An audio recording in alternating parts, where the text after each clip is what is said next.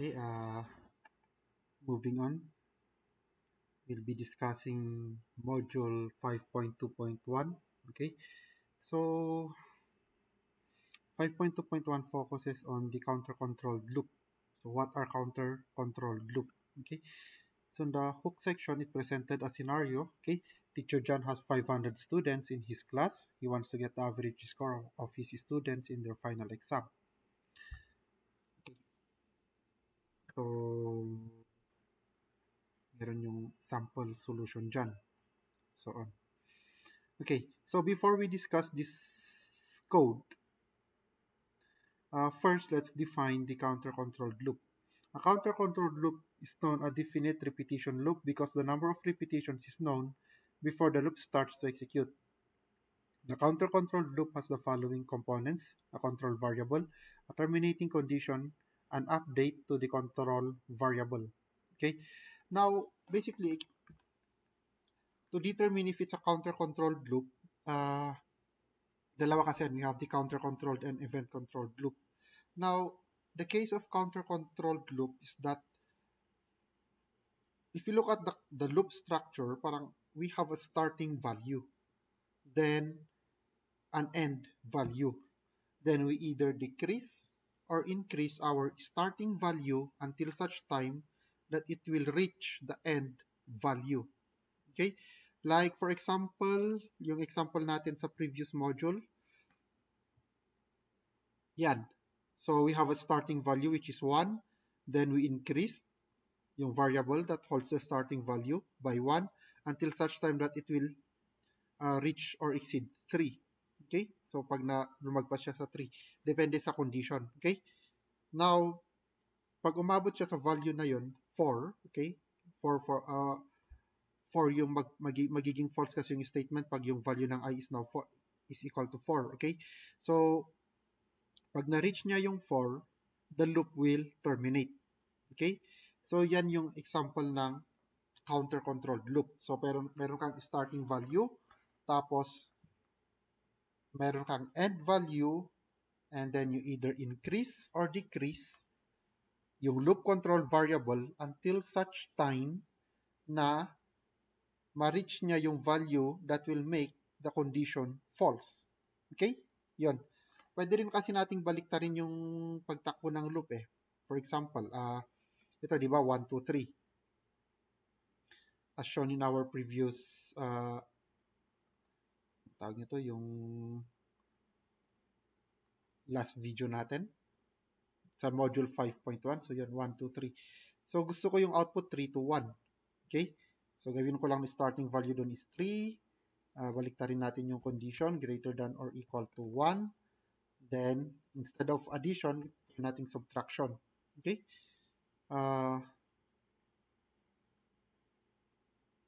Yun. So yung output is 3 to 1. Okay? So, yun. So yan yung case ng counter-controlled loop. Yun. So, sinabi doon sa description,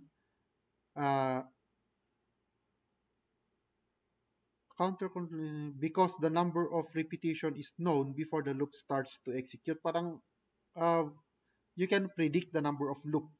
Okay? So, balikan natin yung code. Okay? So, for example, ito, starting value natin is 3. And then, ito yung condition, greater than or equal to 1. And then, we increase or decrease by 1. So, pwede na nating estimate kung ilang beses tatakbo yung loop. Okay? So, we have 3, 2, 1. So, tatlong beses. Okay? Without having to execute the loop. Yun. Okay? So, yun.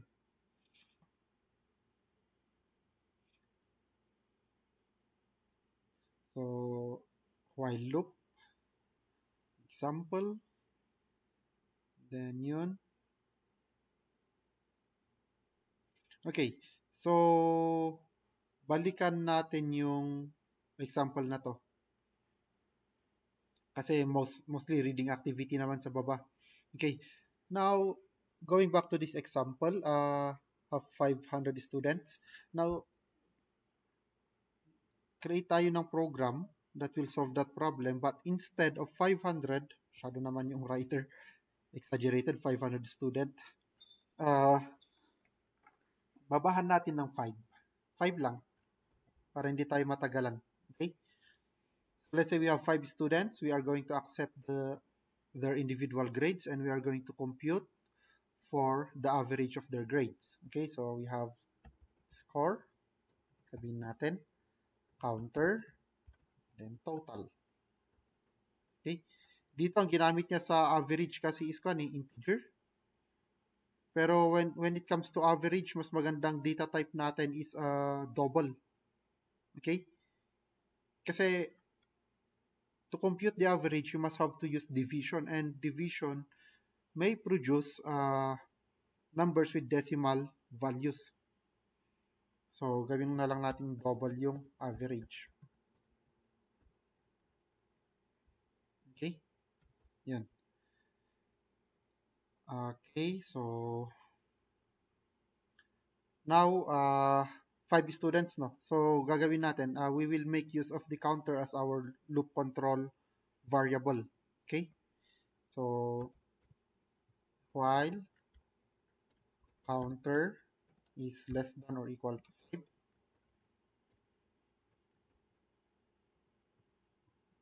okay, 5 students lang. Kasi kung 500, matatagalan tayo. Yan. Then, counter is equal to counter plus 1. Okay. Yan. Now,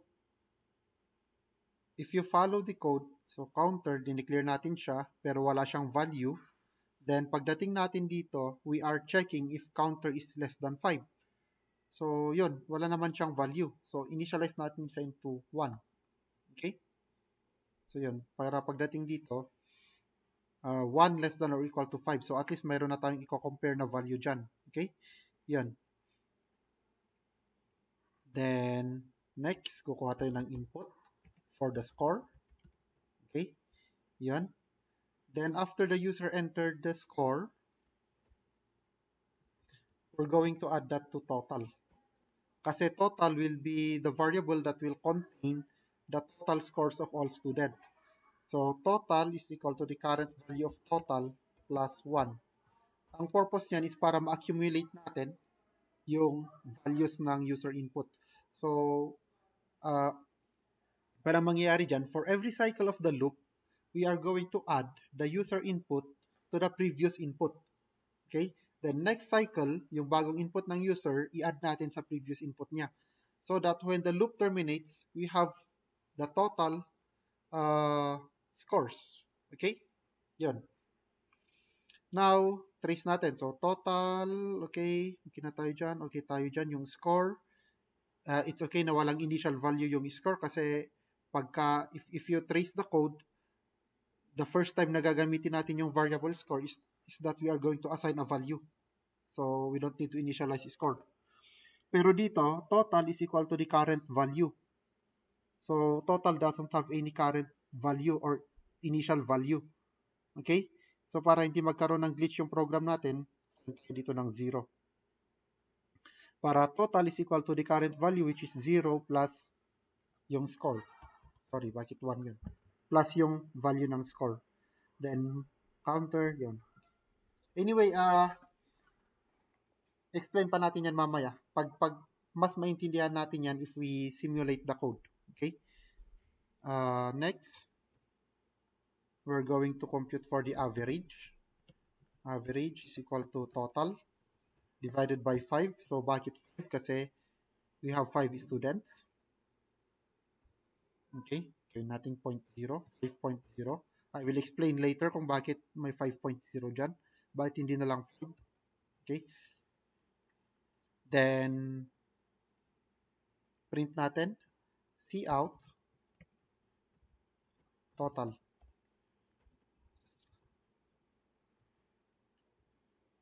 Then, cout average. Okay, guys. Okay, so of course, pag gagawa kayo ng program, lalagyan natin yan ng mga prompt messages, no? Mga, like for example, the average. Pero, anyway, mamaya na lang. Test run muna natin. Execute, compile and run. Okay, full screen na naman tong. Saka na lang i-research kung paano patakbuhin ito na hindi naka full screen yung anong tawag nito? Yung console. Okay? Ayusin lang natin. Lagay ko doon. Okay. So, if you notice, nag-blink yung screen. So, it is waiting for an input from us. Kasi, nung pagkaroon natin ng program, we have the variables score. Pag ganyan na lang, no? So, wala siyang value. Mapapansin nyo, nung dineclare natin, walang value. Counter is equal to 1. Then, total is equal to 0. Okay, walang value yung score. Wala pang value. Counter is equal to 1. And total is equal to 0. Now, counter, wait, patakbuhin muna natin. Mag-enter muna ako ng value para 2, 6, 4, 8, 9. Okay. So, yun. So, 29 yung total. Ito yun, total 29. Then the average is 5.8. Okay. Yun. So, again, simulate natin yung code. So, we have declared variables score, counter, and total. And then the variable average. So, average, wala ding value yung average. We haven't assigned any value to average. Okay. Now, counter is equal to 1. Now, 1 less than or equal to 5 is true. So, this is true. Okay.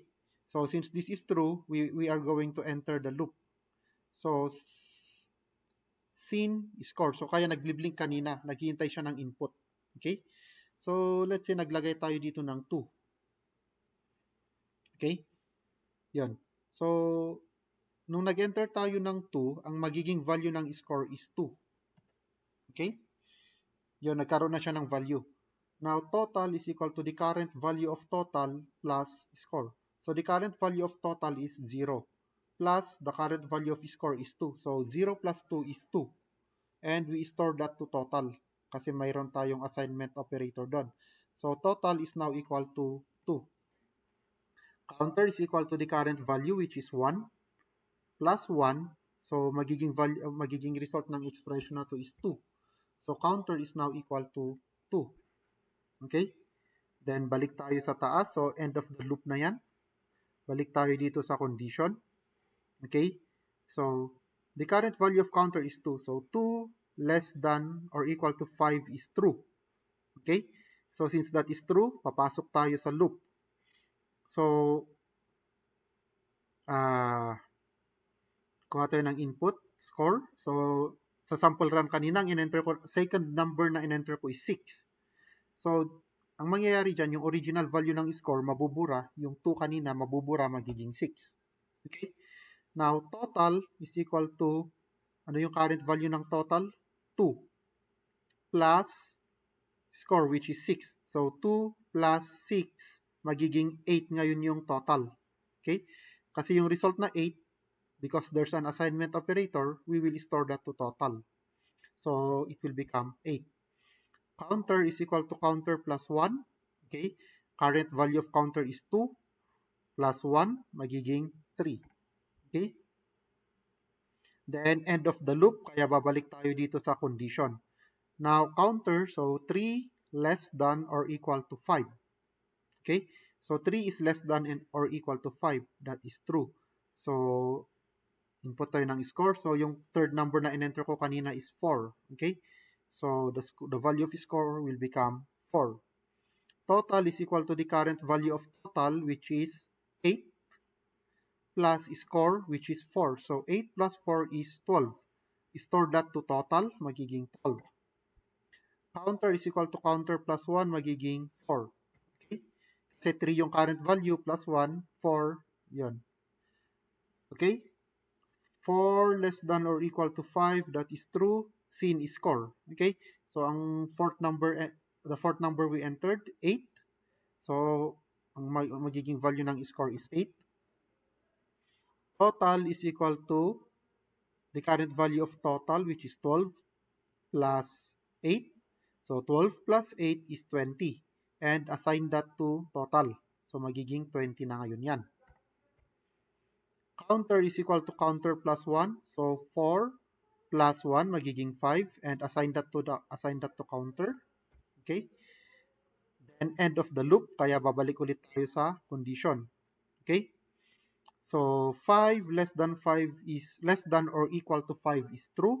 So kukuha tayo ng input from the user. So the fifth number that we entered is 9. So magiging 9 yung value ng score. Total is equal to 20 plus 9. Okay? So 29. Okay? Counter is equal to counter plus 1 magiging, so 5. Current value of counter is 5 plus 1 magiging 6. Okay? Now, end of the loop, kaya babalik tayo sa condition. 6 less than or equal to 5 is false. Okay? So, since that is false, lalabas na tayo sa loop. Okay? And yung next statement natin is that average is equal to total divided by 5.0. Okay? So, to make sure, para wala ng estimate, I will use a calculator. So, 29 divided by 5.0 is equal to 5.8. Okay? So, average is equal to 29 divided by 5.0. That is 5.8. Okay? Then, we print yung total, which is 29. So, yung value ng total is 29. Kaya mayroon tayong 29 na output doon. Okay? Then, we print average, which is 5.8. Kaya may 5.8 doon. Okay? So, yun. So, that is yung program. Now, doon sa given example, 500 students. So, gawin lang naman natin 500 student yan. And then, we divide by 500. Gagana na. Pero hindi ko na yan patatakbuhin dito kasi ayoko mag-enter ng 500 inputs. Okay? Kaya 5 lang. Okay? But, if you want, pwede naman. Try ninyo. Okay? So, yun. So, balikan ko lang yung kanina. Bakit ko ginawang 5.0 yan? Bakit hindi na lang 5? Okay. Try natin yung 5. Before I will explain, let's try na 5 yan. Let's memorize the input. 26489. Okay, 26489.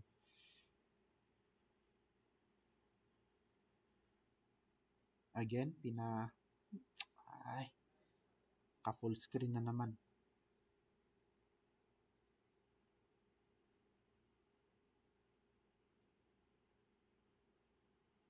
Diyan na naninibago ako sa laptop na to. 2, 6, 4, 8. Yung dati kong ginagamit kasi na laptop na configure ko na lahat-lahat. And now I'm using a new laptop from the school. Hindi ko pa na-configure. Hindi ko pa na-set yung mga preference ko kaya ganyan. Anyway,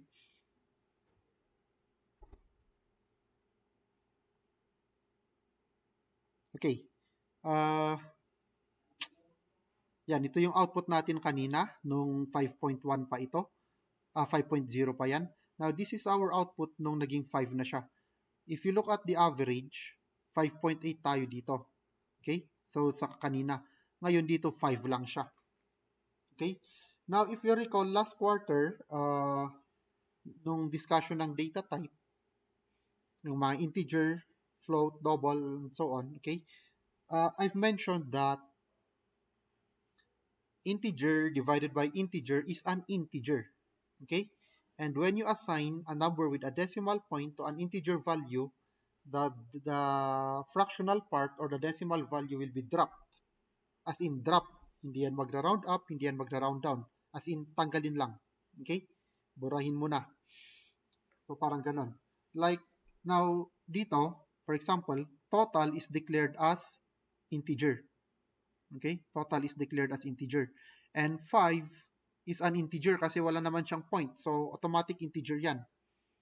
That's why 29 divided by 5, integer 29 divided by integer 5 is equal to 5. Okay? 5 point something sana yan, pero since parehong integer, matatanggal yung 0.8. Okay? Kaya 5.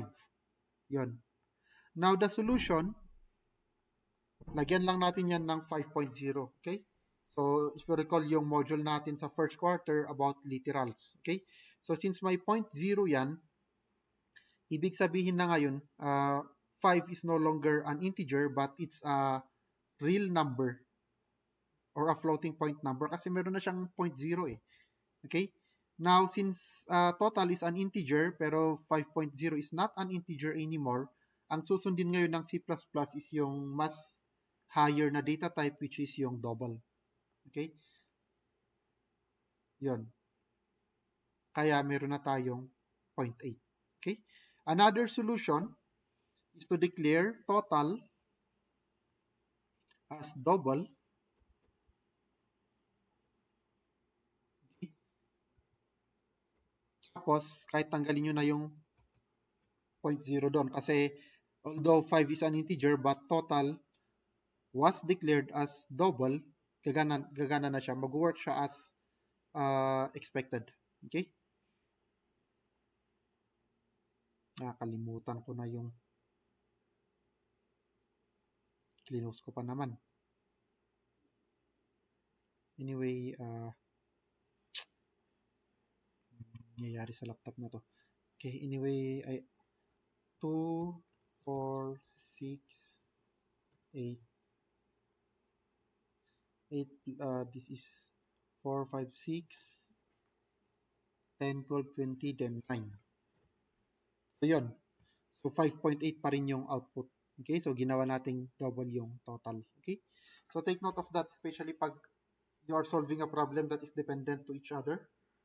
Yung step, yung values ng mga variables are dependent to each other, and then you missed the part of declaring a variable into a double or integer, and medyo magkakana problema na tayo dyan. Okay, yun.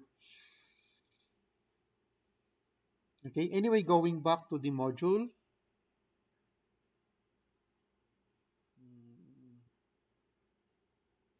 Another problem presented is that suppose you want to add numbers and find their average, consider the following program.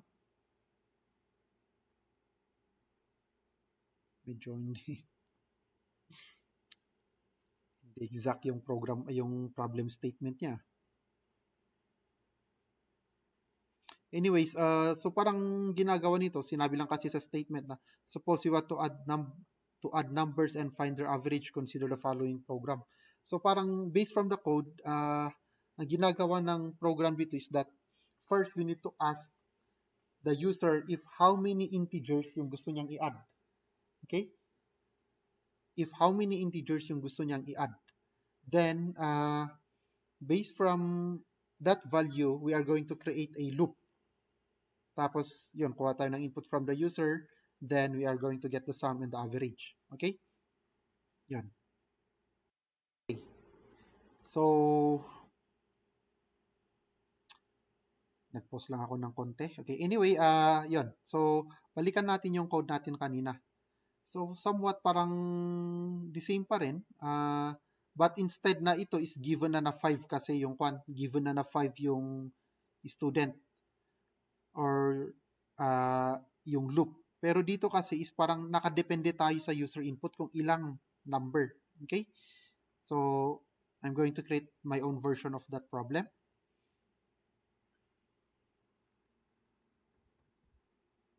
I'll change this one to num para number.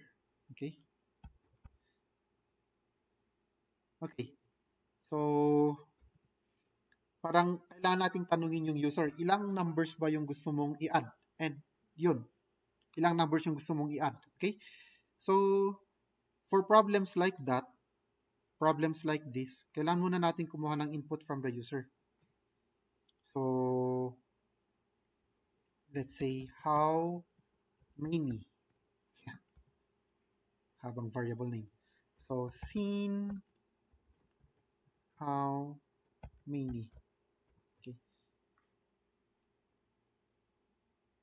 Then, dito sa condition, instead of 5, let's say, how many? And then, sa pag-compute ng average, okay, naka-base na tayo sa, yung divisor na natin is kung ilan yung numbers na in-enter ng user. Kasi di ba, sa average is the total divided by the number. I'm not sure kung ano yung term doon. Basta yung total divided by kung ilan yung inadd mong numbers. So, yun. Okay, yun lang naman yung babaguhin natin dyan. Okay?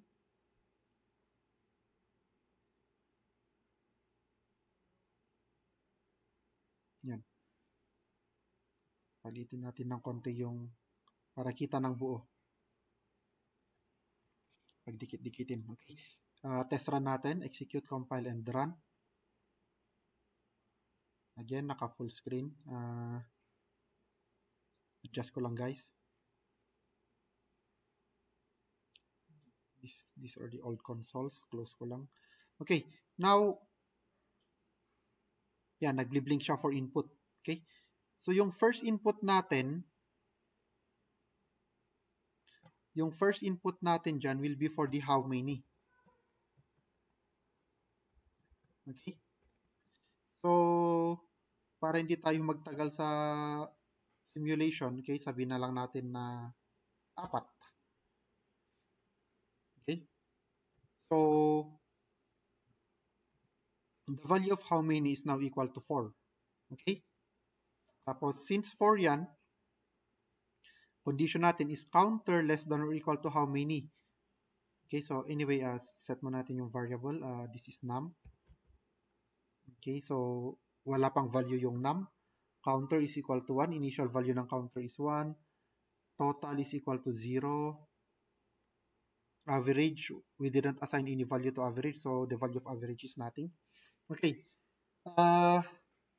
So nag-enter tayo ng 4. Then 3, 5, 6,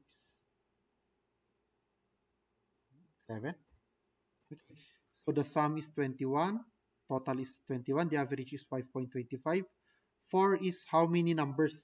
Tinatanong natin yung user, ilang number ba yung gusto mo? So nag-enter yung user ng 4. And then ito yung 4 na number na in-enter ng user. And then if you add this one, 5 plus 3 is 8, plus 6 is 14, plus 7 is 21. Yun yung total. Okay? Bakit hindi kasama yung 4? Yung 4 na yan is parang sinabi lang natin kung ilang numbers yung gusto nating i-enter. Okay? Then, the average is 21 divided by 4 is 5.25. Okay? Run ulit natin before we simulate.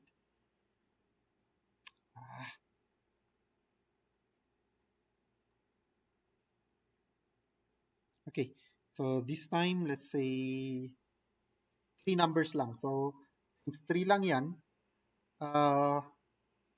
we will be expecting 3 integer inputs. Okay, so 3. So the first input will be, let's say, 7. Second input will be, let's say, 5. And third input will be 12. Third input is 12. Yeah, so 7 plus 5 is 12, plus 12 is 24, divided by 3 is 8. Okay? So, yun. So, try nating i-simulate sa code. Okay? Scene. So, yun. Nag-declare tayo ng variables. And we initialized counter to 1. So, counter is equal to 1. How many? Walang naka-assign na value. Average, walang naka-assign. Total, naka-assign 0. Okay, so those are the initial values. Now, scene how many. So, we will ask the user, how many numbers do you want to enter? So, a while ago, we entered 3. So, the value of how many is now equal to 3.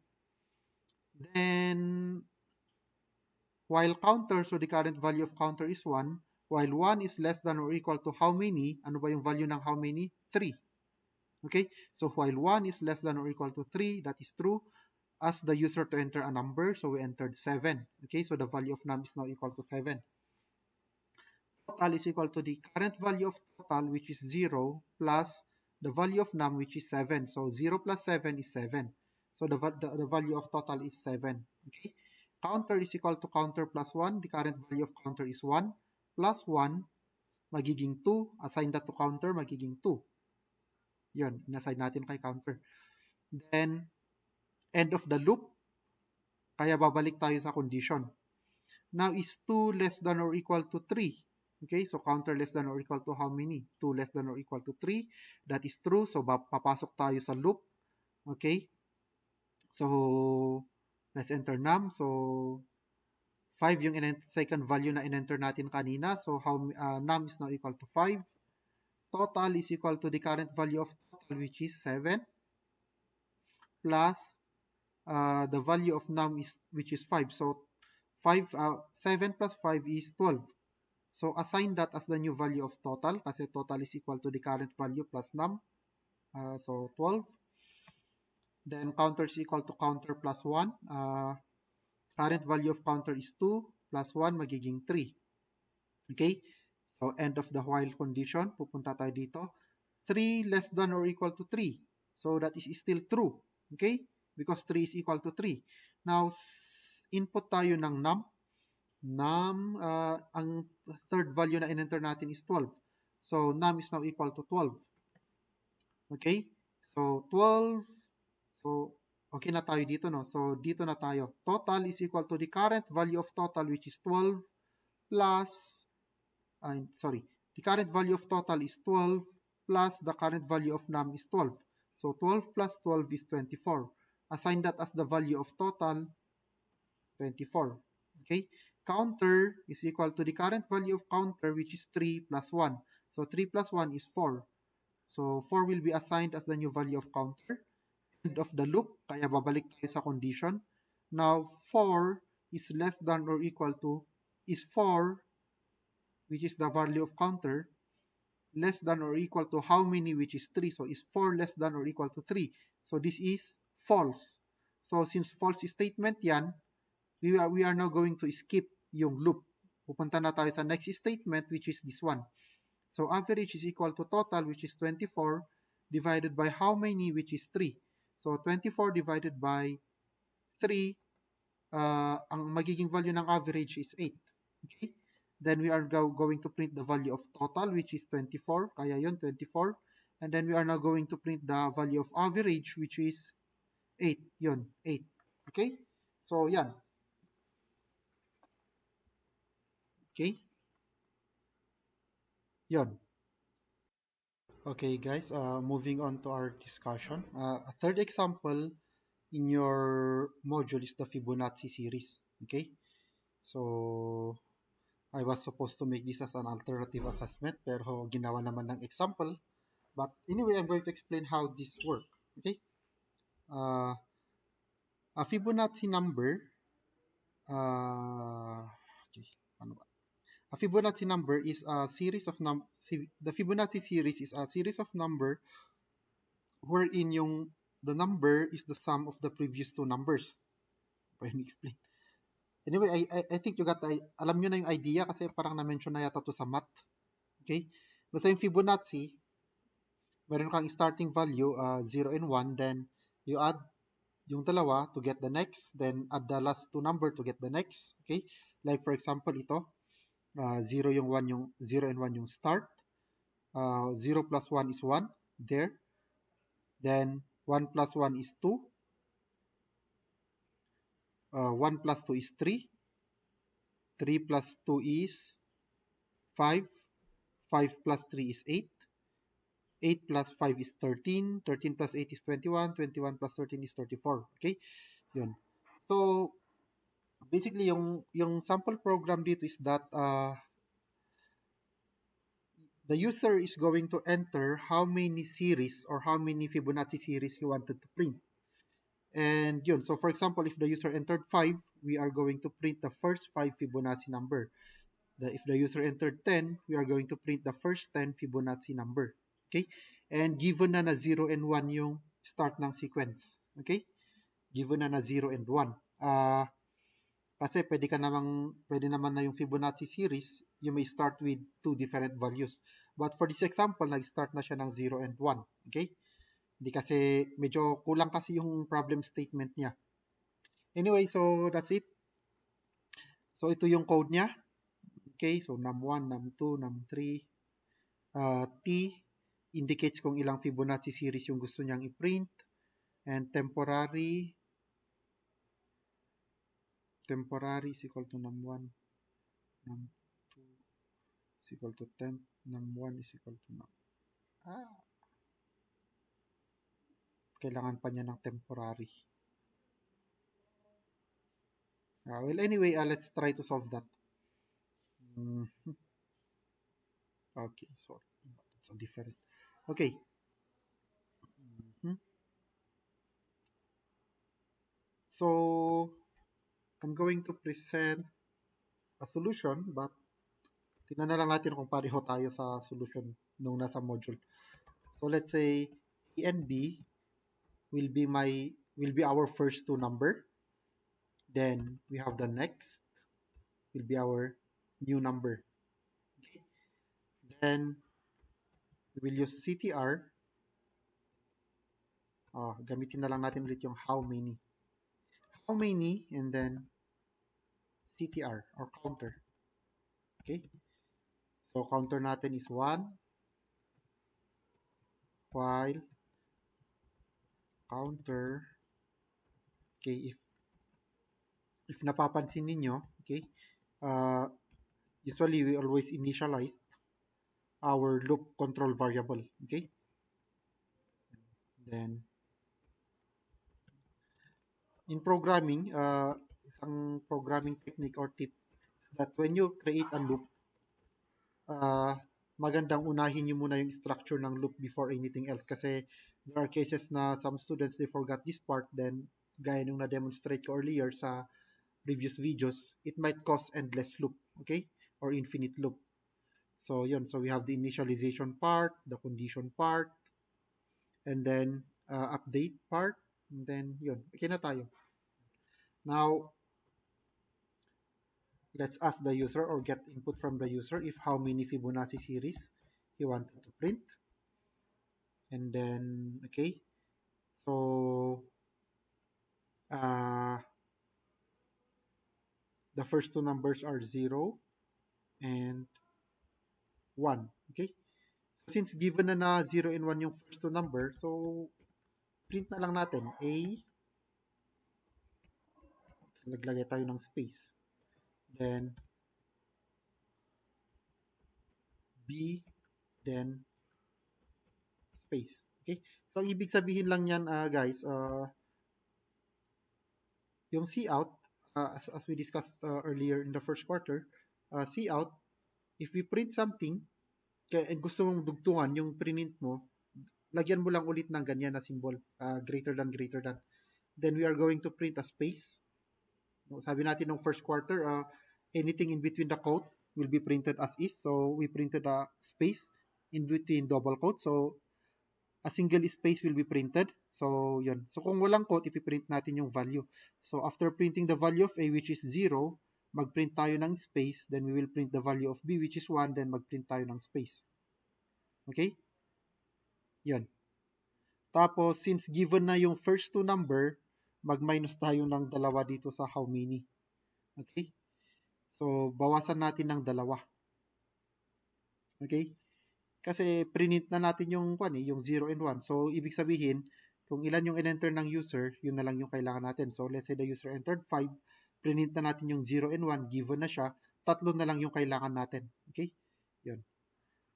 So, next is equal to A plus B. Okay? Then, cout. Next. Then, we put a space. Then, A is now equal to B. Para, kasi, yun, para kunin natin yung previous value, last two values. I-update natin yung value ng A and B to the last two value. So, A will get the value of B, and B will get the value of next. Okay? Then, yun. So, test natin.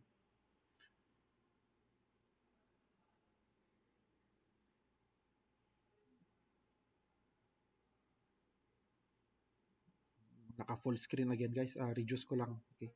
Palitin ko lang yung screen. Okay, so let's say 10. Tran. Compare natin sa module.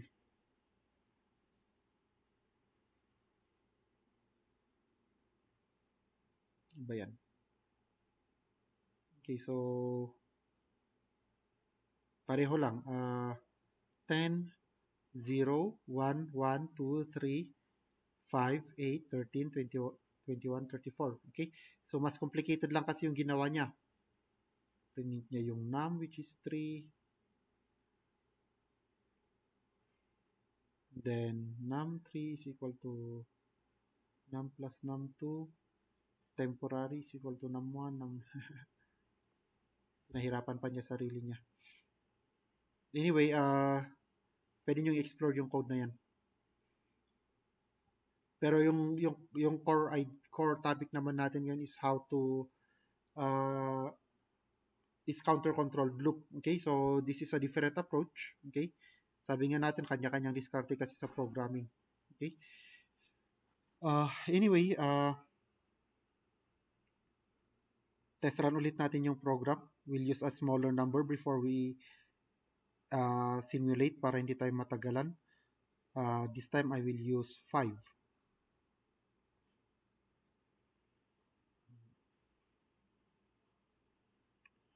5. Okay? So, 0, 1, 1, 2, 3. Compare natin.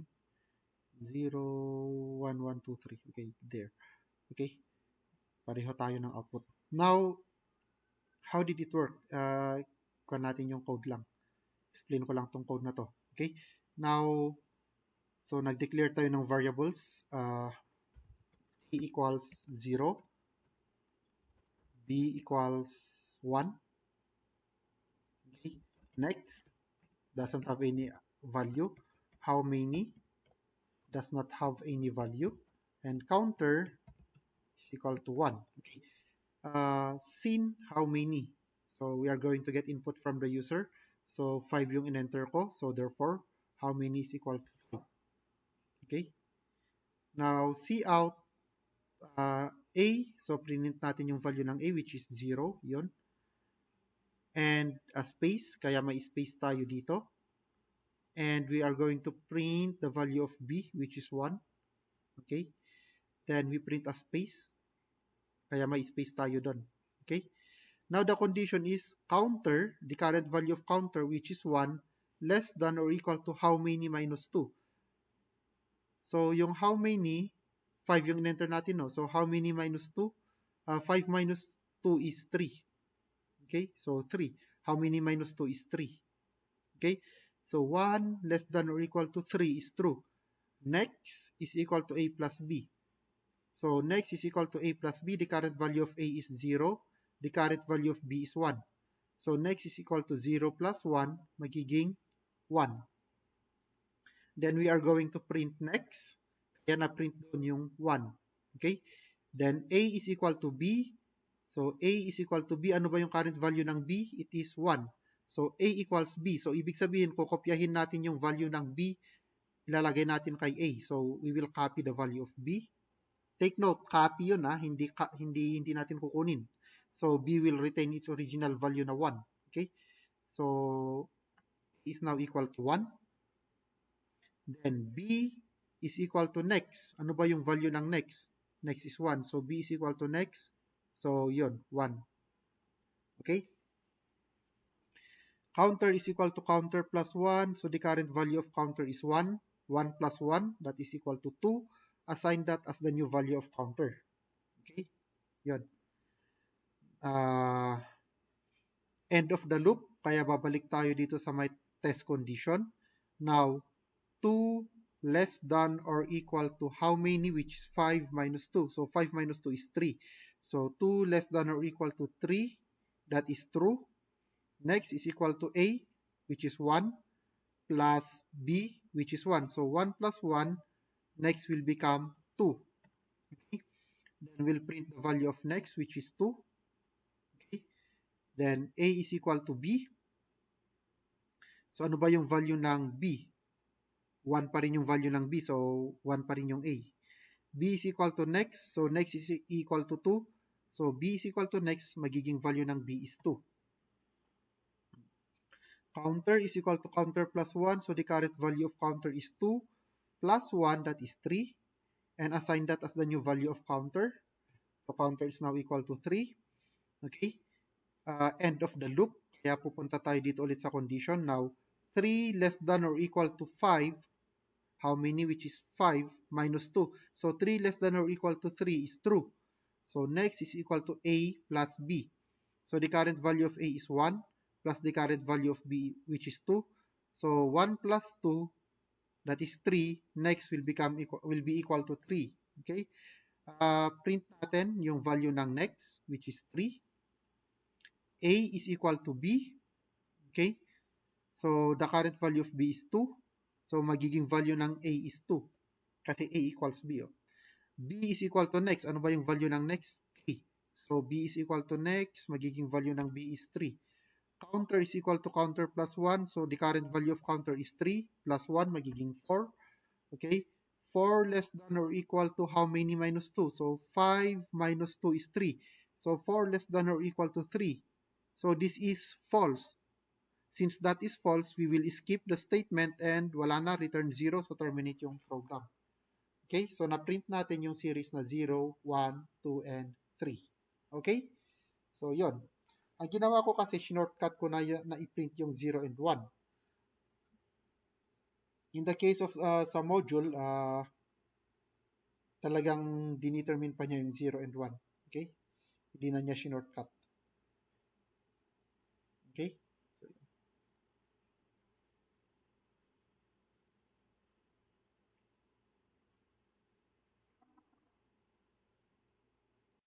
guys, so at the end of module